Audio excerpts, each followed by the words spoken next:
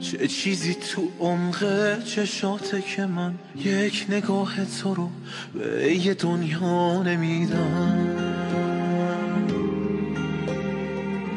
که بعد از تماشای چشمای تو از زمین و زمان عاشقانه بریدم.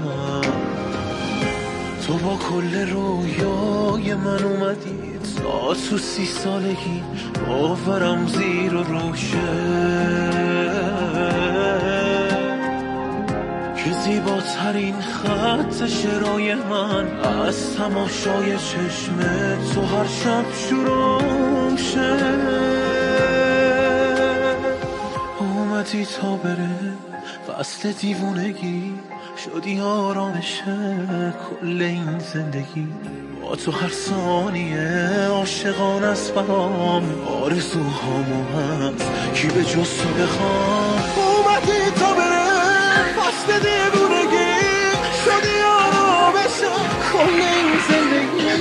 با تو هر ثانیه عاشقانه است برام، آرزوهامو هست کی به جز تو بخوام.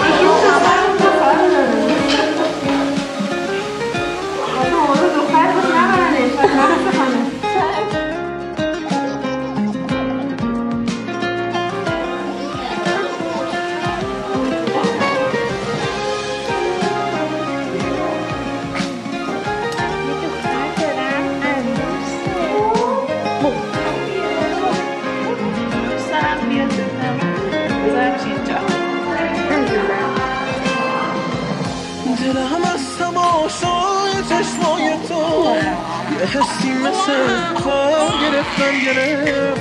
چشای تو تا پیش چشم منه، اگه میشه این حالو از من گرفت. تمام وجودم رو هر ثانیه تو دریای فکر تو حل میکنم.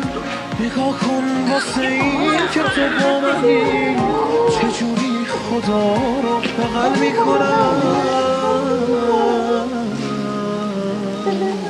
اومدی تا بره فصل دیوونگی، شدی آرامش کل این زندگی.